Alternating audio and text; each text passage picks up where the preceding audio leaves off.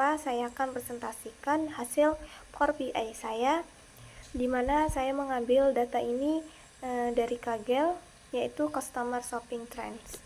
Dashboard yang pertama, gambar di atas menampilkan dashboard yang berfokus pada perbandingan pelanggan berdasarkan jenis kelamin dan kategori produk. Chart pertama, grafik batang ini menampilkan perbandingan antara jumlah pelanggan dan usia rata-rata pelanggan berdasarkan jenis kelamin. Hasil menunjukkan bahwa pelanggan laki-laki memiliki jumlah yang jauh lebih tinggi dibandingkan perempuan, dengan total sekitar 120.000 untuk laki-laki dan 56.000 untuk perempuan. Artinya, mayoritas pelanggan berasal dari kelompok laki-laki. Kondisi ini mengindikasikan bahwa strategi pemasaran perusahaan lebih efektif menjangkau pelanggan pria, namun potensi pasar dari pelanggan perempuan masih bisa ditingkatkan melalui promosi yang lebih menarik atau variasi produk yang sesuai dengan kebutuhan mereka. Chart yang kedua, grafik lingkaran memperlihatkan sebaran kategori produk yang paling diminati oleh pelanggan berdasarkan usia dan gender. Dari hasil visualisasi, kategori clothing atau pakaian menjadi yang paling dominan dengan 30,14%, diikuti dengan aksesoris yaitu 21,81%, footwear 14,11%, dan outwear 5,76%.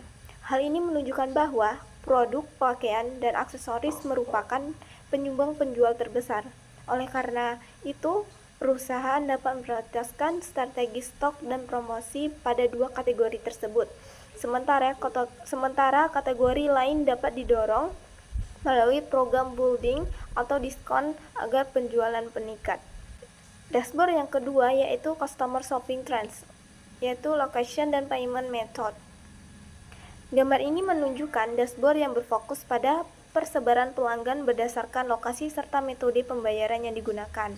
Chart yang pertama, grafik batang horizontal menunjukkan persebaran pelanggan berdasarkan lokasi dan jenis kelamin. Lokasi seperti California, Montana, dan Alabama terlihat memiliki jumlah jenis pelanggan yang banyak. Sementara wilayah lain seperti Vermont dan North Dakota memiliki pelanggan relatif lebih sedikit. Pelanggan laki-laki tetap mendominasi di sebagian besar lokasi. Artinya, potensi pasar terbesar berada di beberapa lokasi utama tersebut.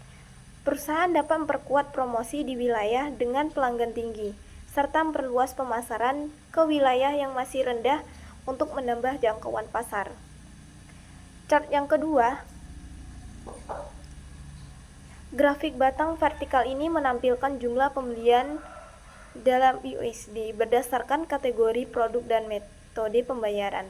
Kategori costing kembali menjadi yang tertinggi dengan nominal pembelian sekitar 20.000, diikuti aksesoris dan footwear. Metode pembayaran yang paling sering digunakan adalah credit card dan bank transfer, menunjukkan bahwa pelanggan cenderung memilih cara pembayaran modern dan praktis. Kesimpulannya, perusahaan perlu menjaga kerja sama dengan penyediaan layanan pembayaran digital, serta mengoptimalkan promosi berbasis metode pembayaran populer, misalnya cashback untuk penggunaan kartu kredit. Dashboard yang ketiga ini yaitu ada shopping, payment, dan review. Dashboard ketiga memperlihatkan analisis terhadap jenis pengiriman, metode pembayaran yang disukai pelanggan, serta tingkat kepuasan pelanggan berdasarkan ulasan review rating.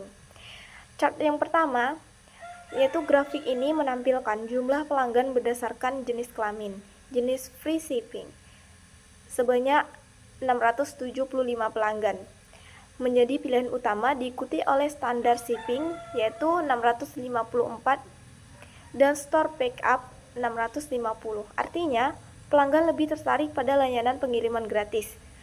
Perusahaan dapat memanfaatkan temuan ini dengan memperbanyak promo gratis ongkir untuk menarik pelanggan baru dan mempertahankan pelanggan lama. Chart yang kedua, yaitu grafik ini memperlihatkan hubungan antara metode pembayaran dan jumlah pembelian berdasarkan referensi perform pelanggan. Dari hasilnya, metode credit card amount, dan bank transfer menunjukkan perform tertinggi dalam transaksi. Artinya, pelanggan cenderung memilih metode pembayaran yang cepat dan fleksibel.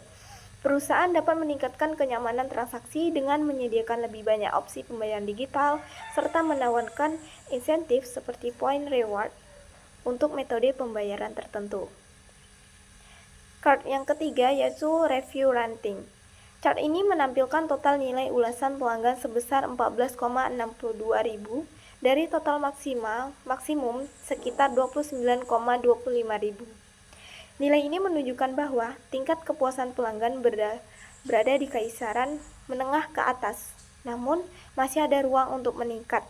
Untuk meningkatkan rating, perusahaan dapat memperbaiki kualitas pelayanan purna jual, mempercepat pengiriman, dan menanggapi keluhan pelanggan dengan lebih responsif. Dari secara keseluruhan, hasil visualisasi menunjukkan bahwa pelanggan laki-laki mendominasikan jumlah pembeli. Dan yang kedua, kategori clothing dan aksesoris menjadi penyumbang penjual tertinggi. Ketiga, lokasi utama seperti California dan Montana memiliki pelanggan terbanyak. Keempat, metode pembayaran digital seperti credit card dan bank transfer paling sering digunakan.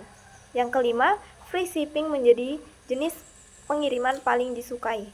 Dan yang keenam, yaitu tingkat kepuasan pelanggan. Rating cukup baik, namun perlu meningkatkan pelayanan. Baiklah, sekian presentasi dari saya. Saya akhiri. Wassalamualaikum warahmatullahi wabarakatuh.